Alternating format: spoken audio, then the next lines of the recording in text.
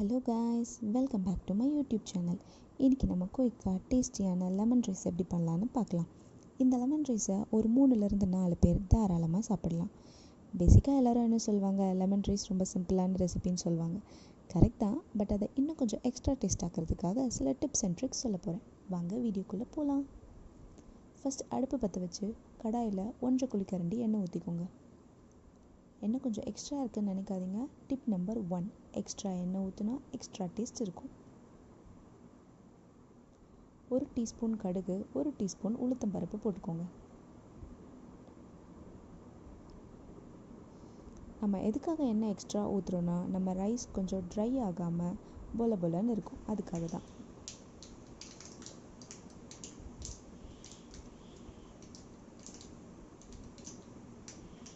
கடுகு நல்லா பொரிஞ்ச உடனே 1.5 டீஸ்பூன் கடலைப்பருப்பு சேர்த்துக்கோங்க. இப்போ இந்த கடலைப்பருப்பை லைட் கோல்டன் கலரில் வரணும், அதாவது கோல்டன் ப்ரௌன்.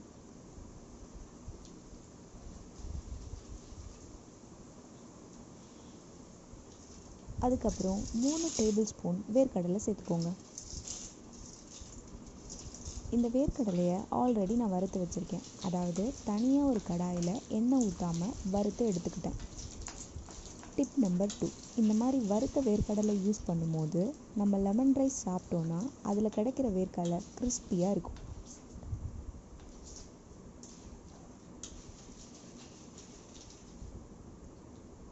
வேர்க்கடலையும் கடலைப்பருப்பும் சேர்ந்து இந்த மாதிரி பதத்தில் வரணும், லைட் கோல்டன் ப்ரௌன்.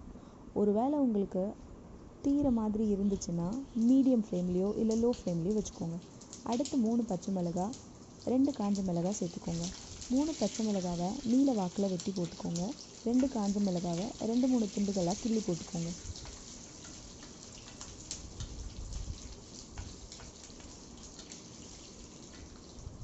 இப்போ ஒரு துண்டு இஞ்சியை பொடி பொடியாக நறுக்கி போட்டுக்கோங்க. ஒரு கைப்பிடி கருவேப்பிலை சேர்த்துக்கோங்க.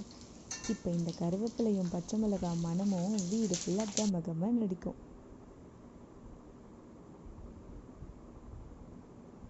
ஒரு 2-3 மினிட்ஸில் அடுப்பை ஆஃப் பண்ணிவிடுங்க.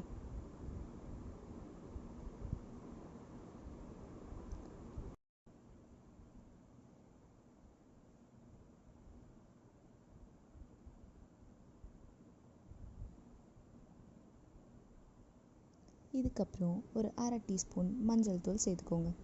டிப் நம்பர் 3, அடுப்பை ஆஃப் பண்ணதுக்கப்புறமா நம்ம மஞ்சள் தூள் சேர்க்கறதுனால அது கருகாமல் பிரைட் கலரில் கிடைக்கும், ப்ளஸ் நல்ல அரோமா இருக்கும்.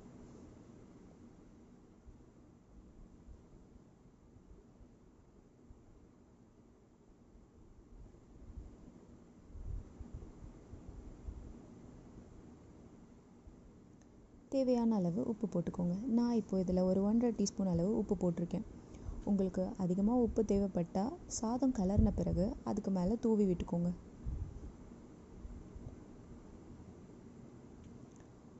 அவ்வளோதாங்க. இந்த தாளிப்பு ஆறுனதுக்கப்புறமா சாதத்தில் சேர்த்துக்கோங்க. இப்போ நான் ஒரு 1.5 கப் ரைஸை வடித்து வச்சுருக்கேன். நல்லா ஊதிரியாக வடித்து வச்சுக்கோங்க. இப்போ இந்த தாளிப்பை இந்த சாதத்தில் போட்டு நல்லா பரட்டுங்க.